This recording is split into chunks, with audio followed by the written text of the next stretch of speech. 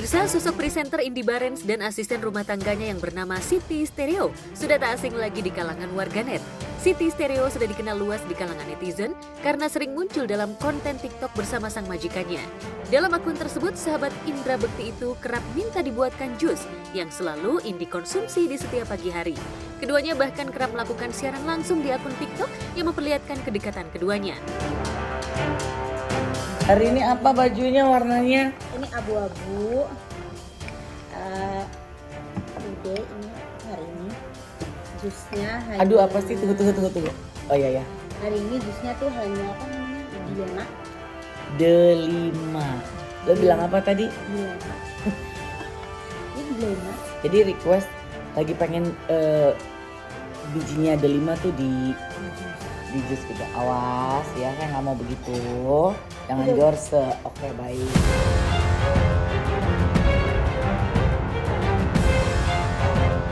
Sayangnya hubungan antara Indy Barens dan Siti Stereo belakangan diisukan sedang tidak baik-baik saja. Keakraban mereka yang biasa muncul di sosial media kini tidak bisa lagi dinikmati warganet. Ya, keakraban tersebut tiba-tiba menghilang ketika Siti Stereo meminta izin untuk pulang kampung untuk mengurus kredit usaha rakyat atau KUR. Indy Barens yang sudah menganggap Siti seperti keluarga tidak menyangka bahwa asisten rumah tangganya tersebut tidak akan kembali setelah izin tersebut. Dalam sebuah wawancara, Indy pun akhirnya membenarkan kalau ART kesayangannya yang sudah 4 tahun bekerja itu sudah tidak bekerja lagi pada keluarganya. Cuman mbak yang bantuin gua bikinin jus itu udah selesai, tapi jusnya tetap berjalan. Oh iya, aku lihat kontennya si mbaknya ya kan, Iya. gitu. Udah Jadi banyak. ini kalau nggak pakai drama tuh kayaknya mungkin kurang garam ya, kurang mecin. Kenapa Anda begini? Bo, kan sempat dibahas sama warga TikTok juga kan ya.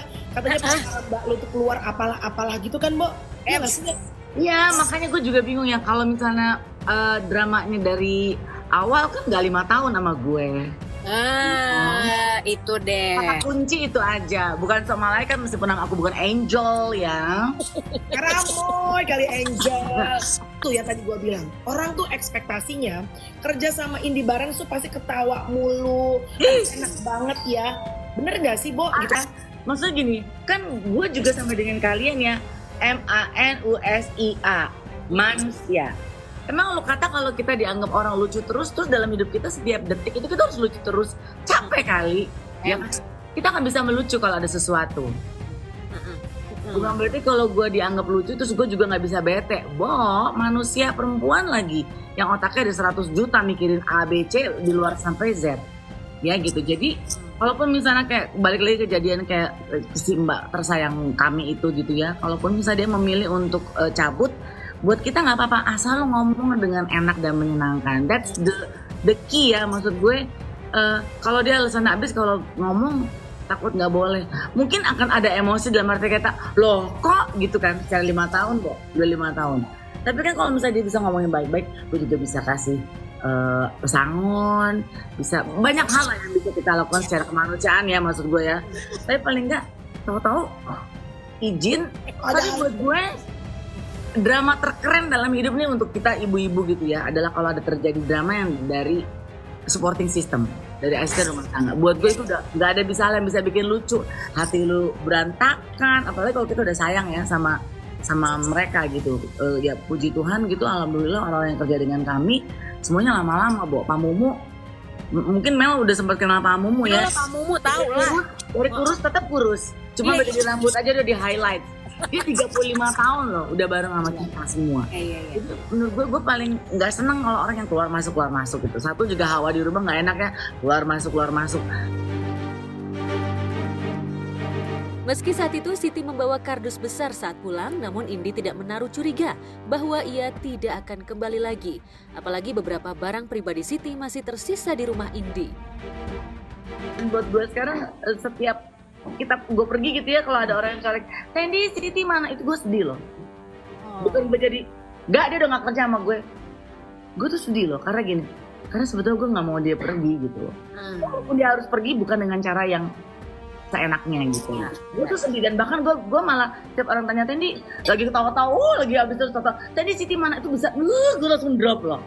Dari yang lagi happy, aduh gue langsung sedih, tapi gue mesti nahan ya. Terus gue, iya Siti udah nggak kerja lagi sama kami, tapi ya mudah-mudahan dia ini deh senang dengan pilihannya gitu. Banyak netizen yang mempertanyakan keberadaan Siti Stereo. Ibu dua anak itu mengaku patah hati ketika mengetahui Siti Stereo tak kunjung kembali dan bekerja lagi di rumahnya. Padahal mereka sudah bersama selama bertahun-tahun. Namun tak lama kemudian, sebuah konten TikTok dari Siti Stereo menimbulkan spekulasi baru. Ada lagi yang komen, tapi kan dia sekarang jadi artis TikTok. Itu pilihan ya, bukan gue yang mau, tapi Siti yang mau. Cuman sayangnya ya tidak selesai dengan baik-baik, itu aja yang menyedihkan buat kami gitu. Dalam sebuah bincang dengan Melanie Ricardo, Indi mengungkapkan kedekatannya tak hanya dengan Siti Stereo, namun juga dengan supir pribadinya yang sudah bekerja lebih dari 30 tahun. Kendati kepergian Siti menyisakan tanda tanya, Indi Barens tetap menaruh harap hubungannya dengan mantan ART-nya dapat berakhir dengan baik tanpa ada kesalahpahaman. Karena sebetulnya itu yang bikin gue udah sulit lucu di rumah, Bo. Jadi hal kepergian Siti tuh buat gue, karena gue patah hati, gak usah Siti, pamumu sakit deh. Gue pasti akan patah hati juga, maksudnya aduh pamumu sakit. Bukan karena siapa yang mau jemput anak-anak, siapa nganterin, bukan gitu, tapi semoga dia baik-baik aja ya, gak ada apa-apa. Misalnya gitu. Apalagi ini cabut yang tak beralasan terus gak bilang.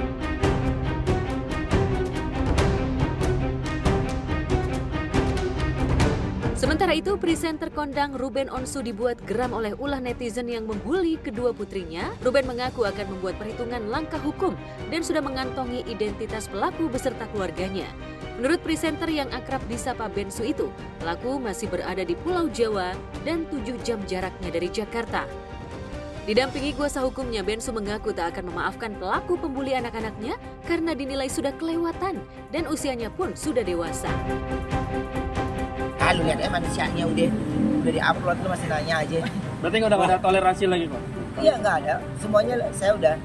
Sampai tadi malam pun saya menyampaikan ke pihak yang berwajib itu bla bla bla bla bla, Pak, saya gini ya, ini sudah tekad bulat saya tetap terus.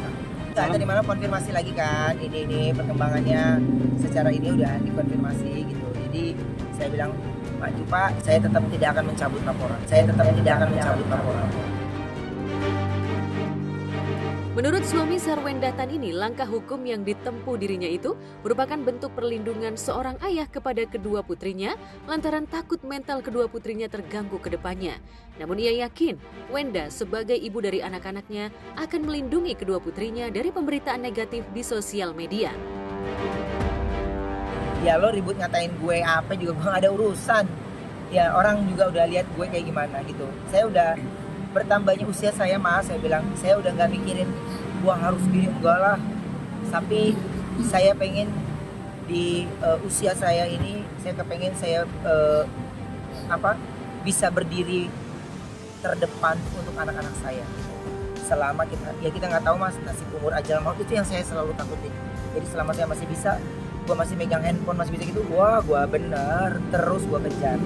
Jadi setelah diskusi panjang dengan kuasa hukum saya, karena ini masalah sudah bergulir lama sekali, dan akhirnya saya memberanikan diri untuk mengambil tindakan tegas. Kenapa harus tegas? Karena berita ini sudah berlarut terlalu lama banget dan sudah sangat mengganggu saya dan mengganggu anak-anak saya.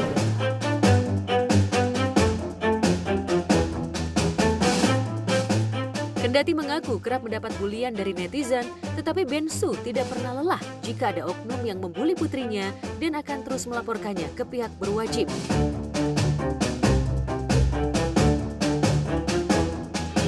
Ruben ini kan salah satu orang tua yang sangat konsen untuk melindungi kepentingan anaknya ya. Sudah beberapa kali ada akun-akun yang nyenggol-nyenggol anaknya gitu ya, dari mulai dulu waktu anaknya masih kecil, masuk dalam berita itu dijual, ditawarkan bersama dengan anak Ayu Ting Ting pada waktu itu, dan saya juga kuasa hukumnya. Nah, kita laporkan, pelakunya tertangkap dan akhirnya diproses sampai putusan di Pengadilan Negeri Jakarta Timur. Semuanya lu baikin gitu, nggak bisa kayaknya untuk hal yang kayak gini. Jadi kalau saya nggak ada, intinya memaafkan, ya dicoba ya. Tapi kalau untuk berhenti enggak, saya terus lagi. Mengerikan sekali dampaknya sekarang ini, kasus-kasus yang udah dewasa sering ngeri. Jadi kalau dibiarkan dari usia yang sekarang, dia bisa menjadi duri buat sekelilingnya dan itu berbahaya.